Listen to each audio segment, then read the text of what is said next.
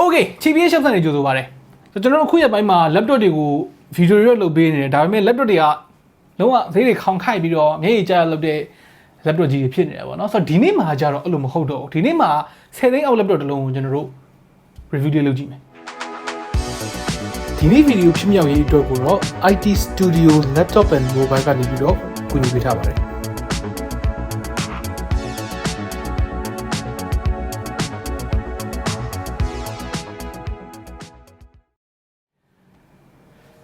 ဆိုတော့ဒီလိုငွေဈေးတက်လာတဲ့အချိန်မှာ10သိန်းအောက် laptop တစ်လုံးက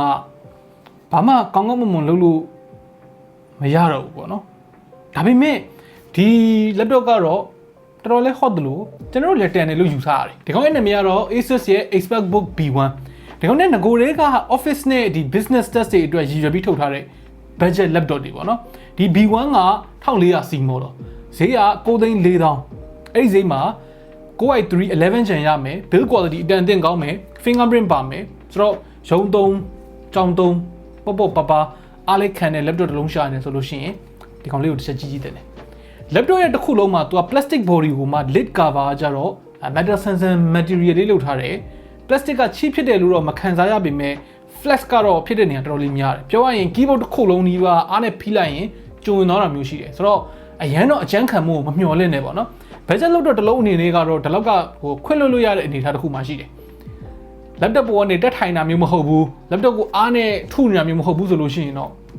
မဆိုးပါဘူးအေးသေးပါပဲပေါ့နော်ဒါ plastic body ဖြစ်သွားတာဘာကောင်းတာရှိလဲဆိုလို့ရှိရင်သူ့ရဲ့အလေးချိန်က 1.45 kg ပဲရှိတော့တယ်အထူကလည်း 19.2 mm ပဲရှိတယ်ဆိုတော့ပရှိတယ်ဟိုဒီတဲမယ်ကြောင်းတို့အလုပ်တို့တည်ရတာအဆင်ပြေတယ်ပေါ့နော်ဒီ ASUS ရဲ့ signature ဖြစ်တဲ့ဒီ Argo Lift design hinge ကိုပဲသုံးထားတယ်ဒီ design က button bezel အကြီးကိုမသိတာအောင်လုပ်ပေးတယ်ပြီးတော့ဒီ cooling မိုင်းကိုလည်းပိုကောင်းသွားစေတယ်စာရိုက်လို့ရှိရင်လည်းသူကအပုံမြောက်သွားတဲ့အတွက်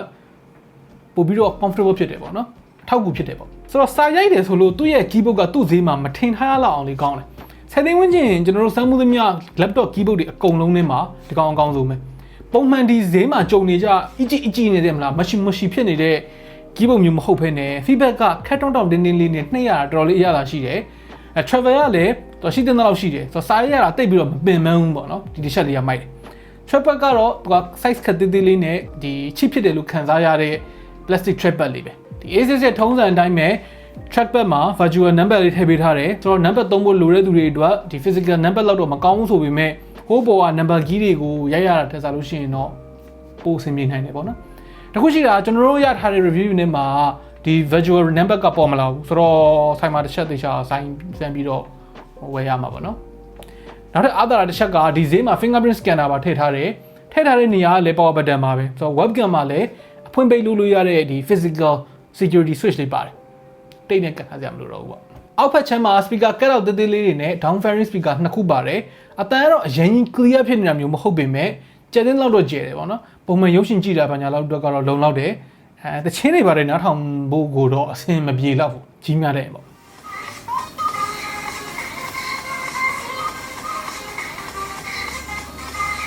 ဒီ port အနေနဲ့ကတော့ charging port အပြင်ဒီ PD charging နဲ့ display port ကို support လုပ်တဲ့ type C port ပါတယ်ဒါဒီ type C port ကနေပြီးတော့အသွင်းလို့ရတာအခုခေတ် power bank အနေနဲ့တွဲလို့တော်တော်အဆင်ပြေသွားတယ်ပေါ့နော်ဒီ VGA port ရယ် HDMI port ရယ်ပြီးတော့ USB A port ကိုဘယ်ဘက်မှာ2ခုညာဘက်မှာ1ခုစုစုပေါင်း3ခုပါမယ်Ethernet port နဲ့ audio jack လည်းပါမယ်ဆိုတော့ port တွေကဒီလို form factor laptop တစ်လုံးအနေနဲ့မှာတော်တော်လေးစုံနေပေါ့နော်ဒါပေမဲ့ဒီခေတ်ကြီးထဲမှာ VGA port ဘာလို့ထည့်ပေးထားရလဲတော့တိတ်နားမလဲဘူးဘာဖြစ်ပါတော့လဲဒီ monitor အဟောင်းနေ projector အဟောင်းနေဒီမလား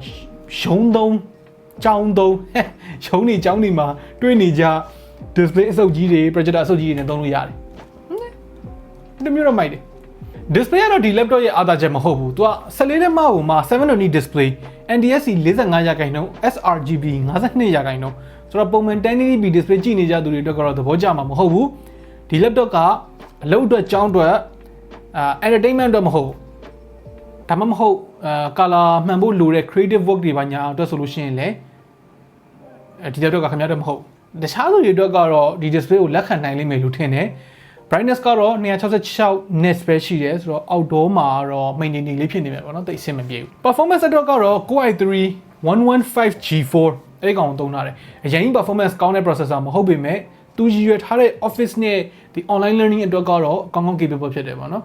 2 core 4 thread အဲ့ဒါဟိုမှာ base clock က3 GHz boost clock က 4.1 GHz ထိရမယ်နောက်တစ်ခုကောင်းတာကအရင်လိုမျိုး integrated graphics အစုပ်တွေနဲ့မဟုတ်ဘဲနဲ့ Intel Xe G4 graphics ဖြစ်သွားတယ် Wi-Fi 6တက်ဖို့လည်းရတယ် multi-threaded performance ကဒီ quad-core processor ဖြစ်တဲ့ဒီ Core i5 8250U ပေါ့နော်ပြီးတော့ Ryzen 5 3450U အဲ့လောက်နဲ့တွားညှိတယ်ဆိုတော့ entry level Core i3 processor တစ်လုံးအနေနဲ့ကတော့ဒီဈေးမှာသဘောကျစရာပေါ့နော် TDP ကလည်းသူက28W ပဲရှိတယ်ဆိုတော့ဒီလို laptop မျိုးမှာတော်တော်လေးဆင်ပြေတယ်ဝါသနာပါတယ်ဆိုလို့ရှိရင်တော်ရုံ 1080p video editing Lightroom Photoshop လောက်လေးလုပ်မယ်ဆိုရင်တော့ရတယ်ပေါ့နော်ဒါပေမဲ့ပြဿနာကဒီ laptop မှာက RAM က 4K ပဲပါတယ်ဆိုတော့အဲ့ဒါတွေလုပ်ချင်တယ်ဆိုလို့ရှိရင်နောက်ထပ် RAM 4K လောက်တော့အနည်းဆုံးထပ်တိုးမှအဆင်ပြေလိမ့်မယ် storage ကတော့ PCIe 256 GHz SSD ပါတယ်ဆိုတော့မဆိုးဒီ laptop မှာထည့်ထားတဲ့ battery က3 cell battery ဆိုတော့ battery life ကိုကျွန်တော်တို့အများကြီးမမျှော်လင့်ထားခဲ့ဘူးပေါ့နော်ဒါပေမဲ့ brightness ကို50%လောက်နဲ့ web surfing မှာ9နာရီဝန်းကျင်video playback မှာ6နာရီဝန်းကျင်လောက်ရတယ်ဆိုတော့ဒီဈေးဝန်းကျင် laptop တစ်လုံးအနေနဲ့ကမဆိုးဘူးပေါ့နော်မိုက်တယ်ပေါ့အပြင်ယူသွားမယ်ဆိုလို့ရှိရင်လည်းတစ်ရက်လောက်တော့သုံးလို့ရတယ်ပေါ့အပြင်သွင်းမှုကိုလည်းသူက 65W fast charging ပါတယ်ဆိုတော့ကွတ်တယ်ဆိုတော့အဆုံးသက်ပြောရမယ်ဆိုရင်ဒီ laptop က office နဲ့ school work တွေနဲ့ကိုပေါ့ပေါ့ပါသုံးနေတဲ့သူတွေတက်ကတော့လေးတန်တယ် performance ကလည်းသူ့ဈေးမှာတခြားရနိုင်တာတွေထက်ပိုကောင်းတယ် battery မိုက်တယ်အားနည်းချက်လေးတစ်ခုကတော့ display က 720p ဖြစ်နေတယ် color တိတ်မမှန်ဘူးRAM ကလည်း 4K ပဲပါတယ်ပေါ့နော်ဒါပေမဲ့လည်း10သိန်းအောက်အခုခေတ်မှာ10သိန်းအောက်ဆိုတော့လေဒီလောက်ပဲတော့ရမှာပေါ့ Okay ဟိုဒါခဏလေးကျွန်တော်တို့အခု review လုပ်သွားတဲ့ unit ပေါ့နော်အဲ့ဒီ Core i3 11 Gen version နဲ့ကောင်ကလောလောဆယ်ပစ္စည်းပြတ်နေတယ်တဲ့ဒါပေမဲ့အခုအသစ်ဝင်လာတဲ့ကောင်ပေါ့နော်နောက်တစ်သုတ်ဝင်လာတဲ့ကောင်ကဈေးပိုတက်တာတယ် Ryzen 3 3250U ဆိုတဲ့ကောင်နဲ့လာတာဆိုတော့အရင်တုန်းက Core i3 version က9သိန်းခွဲလောက်ရှိတာဗျာဒီကောင်က8သိန်း9000လောက်ထိဖြစ်သွားမယ်ဆိုတော့ဈေးလည်းပိုတက်တာသွားမယ်ပေါ့နော် CPU ပဲကွာတာကျန်တာကတော့အတူတူပဲဆိုတော့ခင်ဗျားတို့ရောဒီ ASUS ရဲ့ Expertbook ကိုဒီဈေးမှာတန်တယ်လို့မြင်လားဘယ်လိုထင်လဲဘယ်လိုသဘောရလဲအောက်က comment တွေမှာဝင်ရောက်ဆွေးနွေးညှိနှိုင်းလို့ရပါတယ် Okay နောက်နေ့မှတွေ့တာပေါ့